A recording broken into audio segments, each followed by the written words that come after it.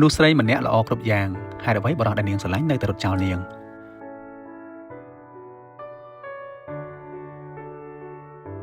នេះគឺជារឿងមួយដ៏គួរឲ្យឈឺចាប់និងឆ្ងល់បំផុតនៅពេលដែលមនុស្សស្រីម្នាក់ព្យាយាមធ្វើខ្លួនឲ្យល្អគ្រប់យ៉ាងប៉ុន្តែនៅតែមិនអាចរក្សាទំនាក់ទំនងឲ្យបានគង់វង្សបានទោះបីយ៉ាងណាក៏ដោយបញ្ហានេះច្រើនតែមិនមែនមកពីភាពមិនល្អរបស់នាងនោះទេប៉ុន្តែអាចបណ្ដាលមកពីកត្តាផ្លូវចិត្តនិងស្ថានភាពផ្សេងៗមួយចំនួន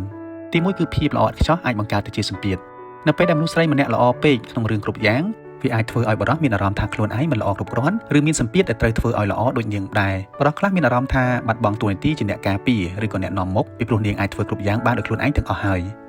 ទីពីរគឺភាពខុសគ្នានៃក្តីស្រឡាញ់និងភាពល្អក្តីស្រឡាញ់មិនមែនជាការបោកដកលេខនោះទេយើងមិនអាចបង្ខំឲ្យនរណាម្នាក់ស្រឡាញ់យើងដោយសារតែយើងល្អចំពោះគេនោះឡើយជារឿយៗមនុស្សម្នាក់ចាកចេញមិនមែនដោយសារគាត់មិនដឹងថានាងល្អនោះទេប៉ុន្តែដោយសារតែអារម្មណ៍ស្រឡាញ់របស់គាត់ចំពោះនាងបានអស់ទៅឬក៏មិនធ្លាប់មានតាំងពីដំបូងមកម្ល៉េះទី3គឺជាចំណុចពិសេសមួយគឺភាពមិនចុះសម្រុងគ្នានៃចរិតលក្ខណៈមនុស្សពីរនាក់អាចជាមនុស្សល្អដូចគ្នាប៉ុន្តែមិនមែនមានន័យថាពួកគេត្រូវគ្នានោះទេពួកគេអាចមានគោលដៅខុសគ្នាមានរបៀបរស់នៅនិងការគិតមិនស៊ីចង្វាក់គ្នាឬក៏ម្នាក់ចង់បានជីវិតស្ងប់ស្ងាត់ម្នាក់ទៀតបែរជាចង់បានជីវិតបែបផ្សងព្រេងជាដើមទី4គឺបញ្ហាចរិតលក្ខណៈរបស់បុគ្គលខាងប្រុសជារឿយៗបុរសដែលរត់ចោលមនុស្សស្រីដែលល្អម្នាក់គឺជាអ្នកដែលអាចមានបញ្ហានៅខាងក្នុងខ្លួនរបស់គាត់ហើយបញ្ហានោះមិនមែនជាចំណុចសុទ្ធតែអាក្រក់នោះទេ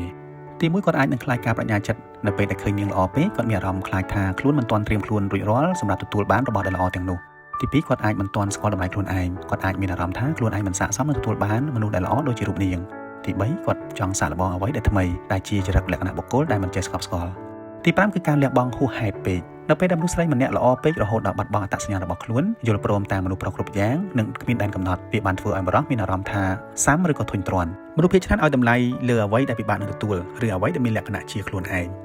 សរុបមកបើសិនជាអ្នកជាមនុស្សស្រីម្នាក់នោះសូមកុំបន្ទោសខ្លួនឯងមកពីយើងមិនល្អពេលខ្លះការដែលគាត់ចាកចេញគឺដើម្បីទុកឱកាសឲ្យអ្នកបានជួបមនុស្សម្នាក់ទៀតដែលស្គាល់តម្លៃនៃភាពល្អរបស់អ្នកនិងមានភាពចាស់ទុំគ្រប់គ្រាន់ដើម្បីទទួលយកវា